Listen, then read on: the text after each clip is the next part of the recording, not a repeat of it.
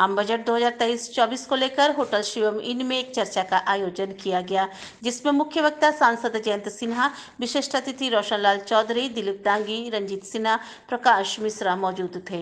कार्यक्रम की अध्यक्षता भाजपा जिलाध्यक्ष प्रवीण मेहता एवं संचालन रंजन फौजी ने किया। कार्यक्रम आरंभ होने से पहले अतिथियों का बुके देकर स्वागत किया गया। इसके बाद सांसद जयंत सिन्हा ने आम बजट 2023-24 के संबंध में विस्तार से जानकारियां दी। उन्होंने कहा कि 2014 में केंद्र में एनडीए की सरकार बनी थी। उस समय हमारी अर्थव्यवस्था दुनिया में 8वें नंबर पर थी। वर्तमान समय में हमारी अर्थव्यवस्था विश्व की 5वीं सबसे बड़ी अर्थव्यवस्था है। भारत की अर्थव्यवस्था 2,75,000 करोड़ रुपए की है, जिसमें केंद्र सरकार का योगदान 15% है। 2/3 योगदान निजी क्षेत्र का है, इसलिए कारण निजी क्षेत्र में अर्थव्यवस्था के लिए काफी अहम है। उन्होंने बताया कि वित्तीय वर्ष में सरकार का खर्च 45 लाख करोड़ है, जबकि आय 27 लाख करोड़ है। उन्होंने बताया कि बजट घाटा 18 लाख करोड़ का है। उन्होंने आगे कहा कि घाटा से निपटने को लेकर सरकार ने कई कदम उठाए हैं।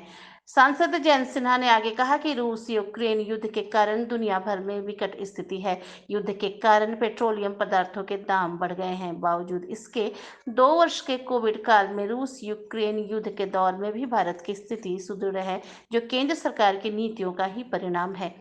उन्होंने आगे कहा कि आम बजट 2023-24 की विशेषताओं के कारण पूरे विश्व में इसकी प्रशंसा हो रही है।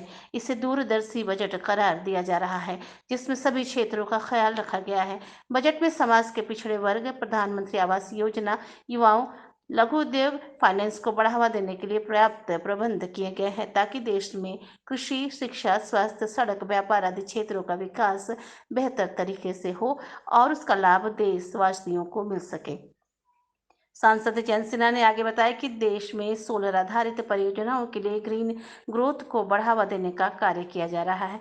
इसके लिए 35,000 करोड़ रुपए का प्रावधान किया गया है, ताकि सोलर आधारित परियोजनाओं को बढ़ावा दिया जा सके। उन्होंने कहा कि यदि देश के विकास की यही रफ्तार रही तो अगले 4 वर्ष में भारत विश्व की 3री सबसे बड़ी अर्थव्यवस्था वाला देश होगा।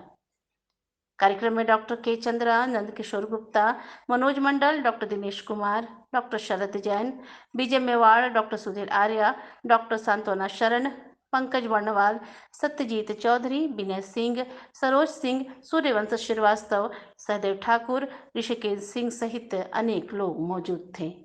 रामगढ़ से उत्तम कुमार की रिपोर्ट। मेरे बगल में बैठे हुए हमारे माननीय एनडीए के नेता श्री रोशनलाल चौधरी जी, यहाँ उपस्थित भारतीय जनता पार्टी के वरिष्ठ नेता माननीय सांसद प्रतिनिधि श्री प्रकाश मिश्रा जी, उपस्थित यहाँ श्री विजय साहू जी जो आजसू के राष्ट्रीय सचिव हैं, हम सबके यहाँ मित्र और जिन्होंने इस कार्यक्रम में बहुत अपना योगदान दिया है, श्री विजय मेवाड़ जी, यहाँ उपस्थित सब हमारे जो माननीय डॉक्टर आए हुए हैं, यहाँ सब और व्यापारी संघ के लोग, बुद्धिजीवी, मीडिया के मेरे मित्रों और आजसू और भारतीय जनता पार्टी के सब कार्यकर्ता भाइयों और बहनों, आप सबको मेरा सप्रेम नमस्कार, आदर जोहार। जयंत बाबू की क्लास देखी है, आप लोगों ने देखा है जयंत बाबू की क्लास? जिन लोगों ने जयंत बाबू की क्लास टीवी पे देखा है जरा हाथ उठाकर देखने दे सब। बहुत की क्लास देखी है, अब साक्षात जयंत जी से जयंत बाबू की क्लास देखी है। तो अब टीवी में नहीं, यहाँ आपके सामने मैं थोड़ी बहुत आप लोगों की क्लास लूंगा और थोड़ा बजट के बारे में बताऊंगा। अब आप ये जरूर पूछेंगे कि भाई उम्र हो गई, हम कभी स्कूल कॉलेज में पढ़ा करते थे, क्लासों को बजट पे ध्यान क्यों देते? मैं आपको बताता हूं, देश की अर्थव्यवस्था जो है बहुत विशाल अर्थव्यवस्था। हम लोग विश्व में 8वें नंबर पर, और सबका अनुमान है कि अगले 3-4 वर्षों में हम लोग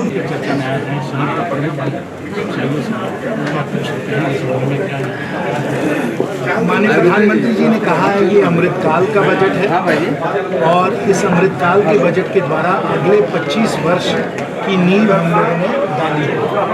माननीय वित्त मंत्री जी ने इस बजट को बहुत ही कुशलता से तैयार किया और विश्व में सबका कहना है ये एक दूरदर्शी और संतुलित बजट है जो अमृतकाल में हम लोगों को दिशा दिखाएगा।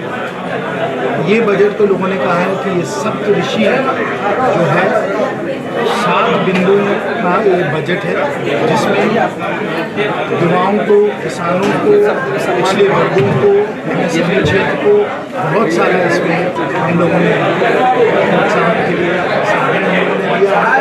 साथ साथ ग्रीन ग्रोथ, फाइनेंशियल सेक्टर और इंफ्रास्ट्रक्चर को भी हम लोगों ने प्रोत्साहन दिया। तो ये सप्तऋषि वाला बजट, ये 7 बिंदु हैं इस बजट के जिनको सब लोग पसंद कर रहे हैं और उसकी प्रशंसा कर रहे हैं। साथ साथ इस बजट के द्वारा जो हम लोगों को अर्थव्यवस्था में स्थिरता देनी थी वो हमने स्थिरता दिया है।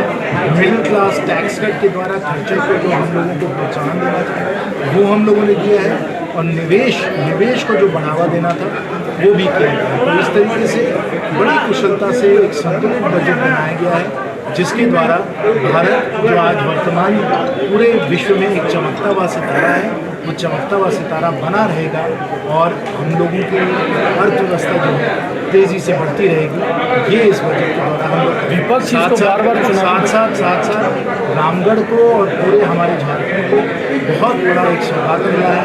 रेलवे में बहुत निवेश होने वाला है, राष्ट्रमार्ग में निवेश होने वाला है।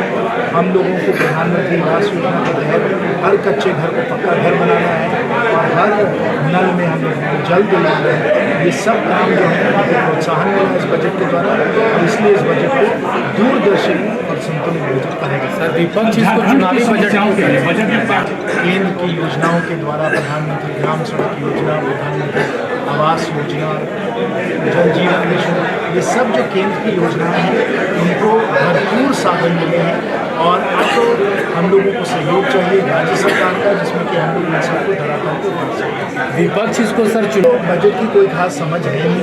कभी वो कहते हैं कि इसमें बजट के लिए किसी के लिए कुछ है नहीं, कभी वो कहते हैं इसको चुनावी बजट है, लेकिन इन सब बातों को आप छोड़ दीजिए। वास्तविकता ये है कि एक दूरदर्शी और संतुलित बजट है जिसमें हर वर्ग को धन्यवाद।